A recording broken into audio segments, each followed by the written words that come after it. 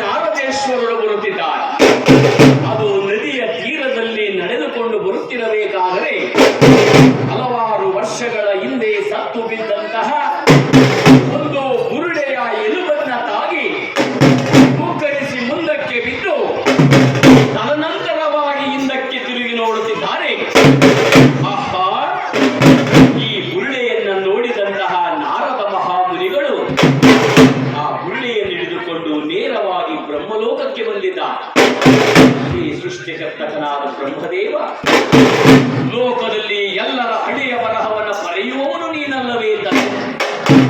ಅರೆ ರುದ್ರೆ, ಇವನೊಬ್ಬ ಕಳ್ಳನಾಗಬೇಕು, ಇವನೊಬ್ಬ ಸುಳ್ಳನಾಗಬೇಕು, ಇವನೊಬ್ಬ ಶ್ರೀಮಂತನಾಗಬೇಕು, ಇನ್ನೊಬ್ಬನು ಬಡವನಾಗಬೇಕು, ಇನ್ನೊಬ್ಬನು ಕುಂಟನಾಗಬೇಕು, ಇನ್ನೊಬ್ಬನು ಕುರುಡಿಯಾಗಬೇಕು ಎಂಬ ಹಳೆಯ ಬರಹವನ್ನು ಅವರ ಫಲಾಫಲದಲ್ಲಿ, ಅಂದರೆ ಅವರು ಮಾಡುವಂತಹ ಪಾಪ ಪುಣ್ಯಗಳ ಲೆಕ್ಕಾಚಾರವನ್ನು ಮಾಡಿ ಹಳೆಯ ಬರಹವನ್ನು ಬರೆದಿದ್ದಾರೆ.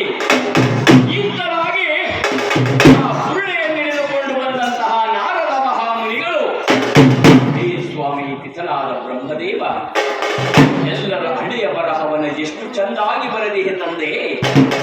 ಆದರೆ ಈ ಬುರುಡೆಯ ಹಳೆಯ ಬರಹವನ್ನು ಈಗೇಕೆ ಬರದೆ? ಇದರ ಅರ್ಥವನ್ನು ನಾನು ತಿಳಿಯಲಾರೆ.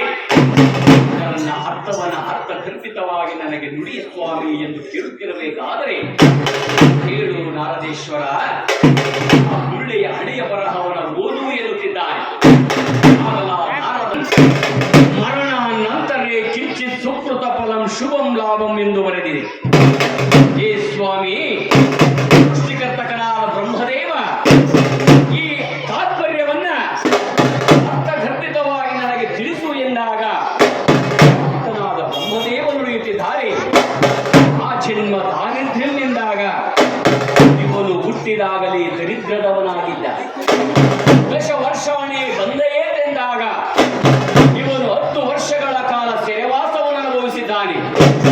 ನದಿ ತೀರೇ ಮರಣಂ, ಇವನ ಮರಣವು ನದಿಯ ತೀರದಲ್ಲಾಗಿದೆ. ಅದು ಸರಿ ಬ್ರಹ್ಮದೇವ, ಮುಂದಿನ ಸಾಲು ಮರಣ ನಂತರೇ ಕಿಂಚಿತ್ ಸುಕೃತ ಫಲಂ ಶುಭಂ ಲಾಭಂ ಎಂದು ಬರೆದೆಯಲ್ಲ. ಈ ಮನುಷ್ಯನು ಸತ್ತ ಮೇಲೆ ಶುಭವು ಲಾಭವು ಎಲ್ಲಿ ಎಂದಾಗ, ನಾರದೇಶ್ವರ, ನಿನ್ನ ಪಾದವನ್ನ ಸೋಕಿದ್ದು ಈ ಬುರುಡೆಯ ಫಲಾಫಲವಲ್ಲವೇ?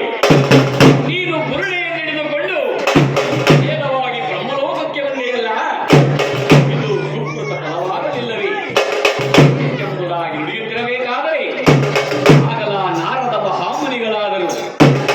ಯಾವ ಸೃಷ್ಟಿಕರ್ತಕರಾದ ಬ್ರಹ್ಮದೇವ ನಮ್ಮ ಹಣೆಯಲ್ಲಿ ಬರೆದಂತಹ ಹಣೆಯ ಬರಹವನ್ನ ಮೀರಿ ನಡೆದ ಮಾನವನಿಲ್ಲ ನೋಡ ಎಂಬುದಾಗಿ ನುಡಿದು ಬಿಟ್ಟು ನಾರದ ಮಹಾಮುನಿಗಳಾದರೂ ಯಾವ ಬ್ರಹ್ಮದೇವನಿಗೆ ತೀರ್ಥಾಂಡ ಪ್ರಣಾಮವನ್ನು ಕೊಟ್ಟು ಬಿಟ್ಟು, ಅಲ್ಲರಿ ಒಬ್ಬರೇ ರುದ್ರೆ